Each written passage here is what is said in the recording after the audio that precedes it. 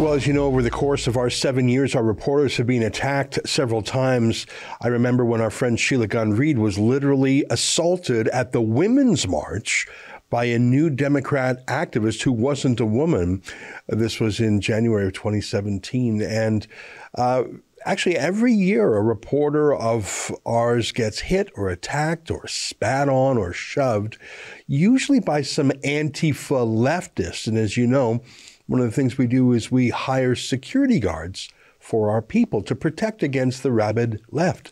But what do you do when it's the government you need protection from? In that case, security guards don't work. A security guard will never take up arms or put his hands up to fight against a police officer.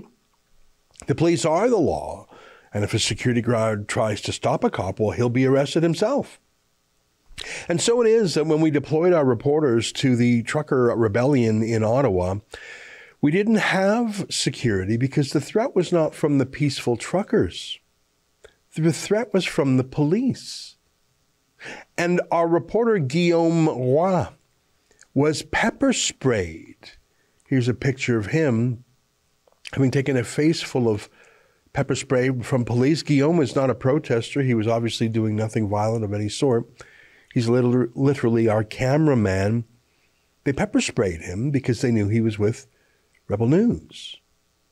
But of course, the worst thing that has ever happened to Rebel News in our 7 years was the brutal and violent attack on our Quebec reporter, Alexa Lavoie, who was beaten with clubs by police and then shot at point-blank range with a gun that used to fire tear gas canisters, shot in the leg. Here's some video of that attack. Walk down and turn your back and look like you're gonna move. You're not gonna deny me the right to look at a man. Watch out, watch out, watch out, watch out. What are you doing? What are you doing? What are you doing? What are you doing? Hold him. Yo, stop it. Stop. Stop. Keep him. Stop it.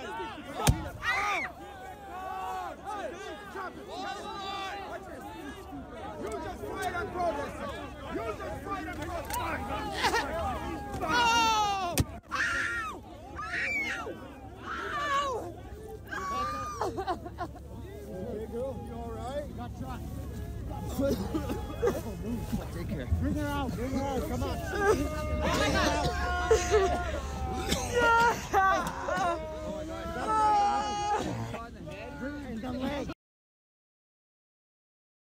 Well, this was terrifying. We all saw it in real time since we were live streaming. I spoke to Alexa within half an hour of it happening. She was in terrible pain, and I had seen a photograph of where the tear gas canister was shot at her leg. I should tell you, she was so brave, she insisted on continuing to report from the front lines. Only later that night did she go to the hospital.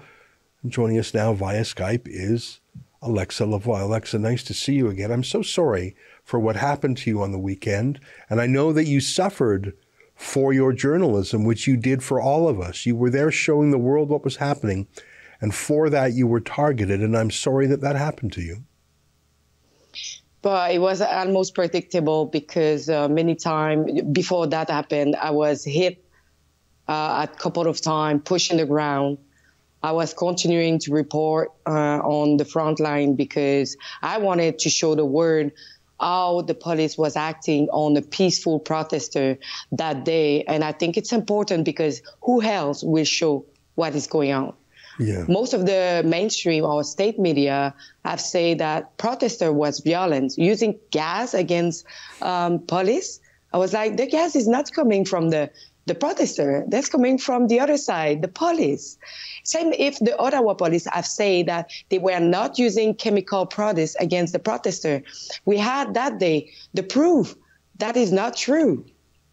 Yeah, it's outrageous. The Ottawa police account was a disinformation account on Twitter. It was pumping out the exact opposite of what happened, of what was happening. Even when that police riot horse charged into the crowd and stomped on an elderly lady who had a mobility scooter, the Ottawa police Twitter account actually said that no, that was someone attacking the horse with a bicycle. Like, just pure fabrication. If it weren't for you and other rebel reporters, and there were a handful of other independent journalists on the ground, we would never have known what happened. Now, I spoke with you that day, and you were in great pain, but you chose to continue reporting, which I thought was amazing. You did later that night go to the hospital, am I right? Yes, so I went to the hospital just for having a medical record, but as well to see if other problem will go on afterwards. I want to be sure that I have the record that is coming from that shot that I received on my left legs. Yeah. Well, I'm glad you went there, and I hope you've been taking some medicine for the pain if it's still painful. I want to tell you, and I think you know this, that we have asked our 2 general counsel lawyers to file 2 legal actions on your behalf. The first one, a lawsuit against the police for attacking you, for shooting you with what could have been a deadly weapon, for hitting you with sticks. So we're going to sue the police for their misconduct and their abuse. But we're also going to file a legal complaint with something called the SIU, which stands for the Special Investigations Unit, if I'm not mistaken. That's the Ontario Commission that looks into police violence. They're a full-time commission that looks into police violence. So we're going to sue the police, but we're also going to have the Police Oversight Committee look into it. And we are providing 2 lawyers for that because we believe it's very important. I don't know how either of those things are going to go, but I want to let you know we're doing that. And I think you've been in touch with the lawyers already. Yes, I am in touch already with lawyer. And I was a little bit in shock when David Menzies asked the police why I've been shot that day. And when they said that they were not aware of this accident, but at the end, he took the time to say that he's sorry and is with the state media who have been yelling name against them and nothing about me and saying like, we are so sorry for you that you have been injured physically. I was like, that is actually the most rude thing in my face happening. Well, let me play a clip of that. This is David Menzies at the police press conference. Just an absolutely stunning answer. Either he was lying, which I think is the case, or if he does not know that his officers shot someone and beat someone, if he did not know that, either way, he should be fired. But here's David Menzies asking that question. Good afternoon, Chief. David Menzies with Rebel News. Chief, can you kindly explain how it was that my colleague to my right here, Alexa Lavoie, was shot point blank with a tear gas canister, doing some very painful damage to her? What was the reason for that, given that she was simply practicing journalism in the public square? So I'm unfamiliar with the incident you're speaking of. What I can tell you is that there is complaint mechanisms, there is review mechanisms that will be engaged following this for any use of force incident that occurred. I'll also say that it's been my observations and experience through the amazing extensive journalism coverage that's occurred through this, that the vast majority of our members have been extremely professional. They have executed an extremely methodical plan that has been focused on the safety of the residents, the safety of our officers, and the safety of the people engaged in the protest. You're right. It was super gross. It was gross that he is investigating truckers who were merely verbally heckling reporters. That gets the police's attention. But when a police officer shoots you at point blank range, and tear gas canisters are not meant to be shot at people. They're meant to be shot and then the gas emits from them. And I think that was unacceptable anyways. I don't think there was any need for tear gas. There was no riot. It was just peaceful protesters. But to misuse and deliberately abuse a tear gas canister and shoot it at someone like it is a weapon, to deliberately hurt them, I think that is actually a crime that was committed against you. And we'll see what the SIU and the courts have to say. I find this unacceptable. I think this is the worst thing ever to happen to any rebel journalist. And Alexa, I'm so sorry it was done to you, but I know why it was done to you. Because you have been the most energetic reporter covering the trucker rebellion. I think you've been in Ottawa for almost a month now. Yes. And they know you. And I think that's why they targeted you. They clearly targeted you. But I showed just the truth of what is happening. Nothing has been violent on the ground, and it's always been peaceful. And now they just try to show the opposite of the rest of the world, that this movement was a violent, misogynist, and racist movement, and that we should be scared and protect like the rest of the citizen, when it's actually not true. Right now on the ground, with all the police state that is right now, I feel more in danger for my life than when the truck convoy was there. Well, you also tracked down the elderly lady who was stomped on by horses. Here, I'd like to throw to a clip of that. Of course, our viewers can find the whole video elsewhere on our site. Here's a little clip of you talking to that lady who was stomped on. After they trampled me, there was a officer that I think a couple of them kicked me. I got a big bruise on the back of my thigh.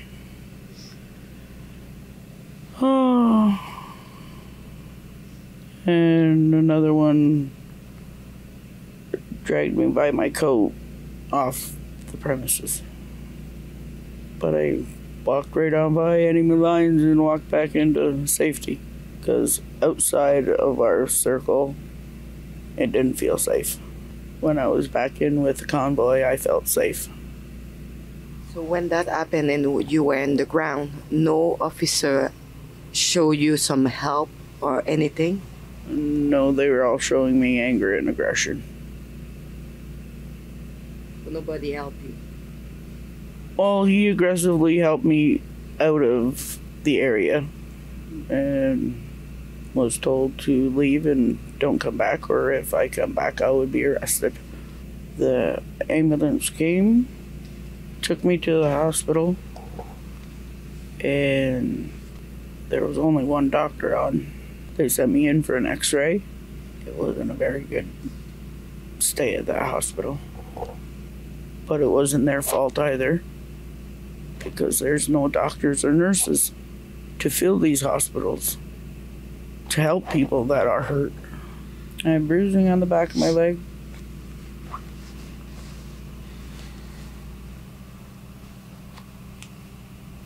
I got a fractured collarbone.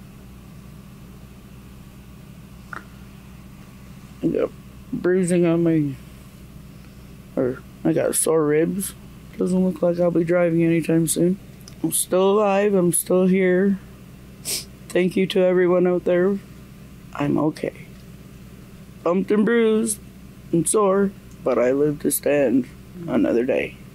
Incredibly, the police said that she attacked the horses. It's just absurd. They're accusing their victims of what they themselves are perpetrating. I think some of this, Alexa, goes back to that moment last fall when you got into the leaders' debate because the federal court ordered you in. Trudeau had banned you and the rest of the Rebel News journalists, but you got in there and you asked a question of Trudeau that was an excellent question. I think it was the best question in the election campaign. And just looking at his face, you could see Trudeau hated the fact that you were there, hated the fact you were talking to him. How dare you? Hated the fact that you asked a particular question. And it's almost as if you could see in his eyes, he was saying, I'll get even. Here, take a look at this. This was from last fall's election debate. Bonjour, M. Trudeau, Alexa pour Rebel News. Donc, M. Trudeau, je vais revenir rapidement sur ce qui s'est passé hier. Vous avez diabolisé l'un des rares médias qui ne reçoit pas d'argent du gouvernement. Vous avez exprimé votre opinion en disant que nous propageons la désinformation. Si c'était vrai et si c'était le cas, la Cour fédérale ne nous aurait pas permis d'être ici aujourd'hui. Je suis moi-même scientifique et je me base sur les faits. Ma question est la suivante. L'Israël est l'un des pays les plus vaccinés au monde. Ils sont rendus maintenant à leur 4e rappel de vaccin. Ils ne considèrent plus que ceux qui ont reçu 2 doses de vaccin sont pleinement vaccinés. Ma question est, plusieurs Canadiens ne désirent pas avoir un rappel de vaccin. Allez-vous leur enlever leurs privilèges reliés au passeport vaccinal? Et aurez-vous l'obligeance de répondre à ma question en tant que premier ministre ou allez-vous encore diaboliser mon média? J'ai partagé ma perspective sur ton organisation hier soir. J'ai plus rien à dire. Ça démontre bien qui vous êtes. Merci. I have no proof that that is when Justin Trudeau decided to put a target on you. It's merely speculation on my part. But I think that it's not a coincidence that you were attacked by Trudeau's cops, that your cameraman Guillaume was pepper sprayed by Trudeau's cops, that David Menzies was physically roughed up by Trudeau's bodyguards. Is it really a coincidence that the 3 people attacked by Trudeau's cops are 3 Rebel News journalists? I just have a trouble believing that's a mere coincidence, but maybe we'll find out something in the trial. Maybe we'll find out the facts in the trial. Yeah, but we know that Mr. Justin Trudeau doesn't like any Rebel News team, like nobody in our team and nobody in our media. He doesn't want to call us media, but we are, and he needs to accept it because the freedom of press is still a right in Canada, and he cannot remove that. Same if we have the Emergencies Act. So let's see what will happen. Well, I want to tell you, Alexa, that your coverage, along with our other reporters, Lincoln Jay being one of them, David Menzies, Mauricio, we have so many of our young people, I'm not even going to try and name them all, who have been in Ottawa, but also in other parts of the country. I just checked, and this morning I want to let you know that we hit 1 million people who have signed up for Rebel News emails, 1 million. And by my estimate, in the last 30 days, we have had 400 million views and impressions on our stories, videos, tweets, social media. So 1 million people signed up, 400 million views. By some measures, that makes us the largest media in the country. And I think a lot of the credit goes to you and, of course, our other reporters on the ground. So thank you for that. I think that what you're doing is very important for our country. And it's actually very important to show the world. So you have my personal gratitude. Once again, I'm sorry that this painful thing happened to you, but I give you my word that Rebel News will leave no stone unturned to find you justice. We will go to court and we will go to the Special Investigations Unit. And if there's other ideas we come up with for what we can do, we'll do those as well. But I'm happy that if it happened to me, we will not have shown the world how here the state are treating the independent media who try to tell the other side of the story. So now that opened the eyes of the rest of the world of how Canada is now. Well, and I know you've been on a lot of shows. You were on Laura Ingram's show on Fox News the other day, I know, because I was on the show right after you. You've done a lot of shows. Just very briefly before we say goodbye, tell me some of the international news that you have appeared on. And I'm so proud that you and other young rebels have been on the news around the world. Can you list, you were on Laura Ingram's show. What other shows have you done? I did the RT International. I did as well Eric Bowling at Newsmax. I'm going to be on Benny Report. I've been to some radio station, Chris Stigall, as well as, oh my God, I have so much. I have the German, Dutch media. Oh, Deutsche Welle, DW, yeah. Is that right? That's a very large German network. I think that may be the largest in all of Germany. Isn't that? Yes, and I have so many that's coming. I will be on a lot of live streaming and other news outlet. I have Ivory Acre as well that contact me. So a lot is coming. Well, I think that's great. I think that's wonderful. And the whole world wants to know what's going on in Canada, and they know that they won't get the full story. if they talk to the CBC or other government journalists, they know that Rebel News tells the other side of the story. We show everything. We live stream. We just point the camera and the camera tells the story. So the fact that we are the trusted go-to source, and by the way, two of the networks you mentioned, Deutsche Welle and RT International, are government networks. Deutsche Welle is owned, if I'm not mistaken, in part by the German government. So the fact that these major companies with huge resources, like they have huge budgets, the fact that they would choose to talk to you rather than, say, the CBC, tells me that it's not about money or anything like that. Deutsche Welle is very prestigious. It's that they want to hear what's actually happening. And the fact that they're choosing you and Rebel News, I think, is wonderful. Well, Alexa, thank you for giving our people an update. I know everyone is quite concerned about you and people are on your side. And unfortunately, justice moves slowly, but we will see it through to the end. We will. That's an excerpt from my daily show, the Ezra Levant Show. Every day I do a monologue on the news of the day, then I interview an interesting guest, and then I read my hate mail. You gotta subscribe. Go to rebelnews.com.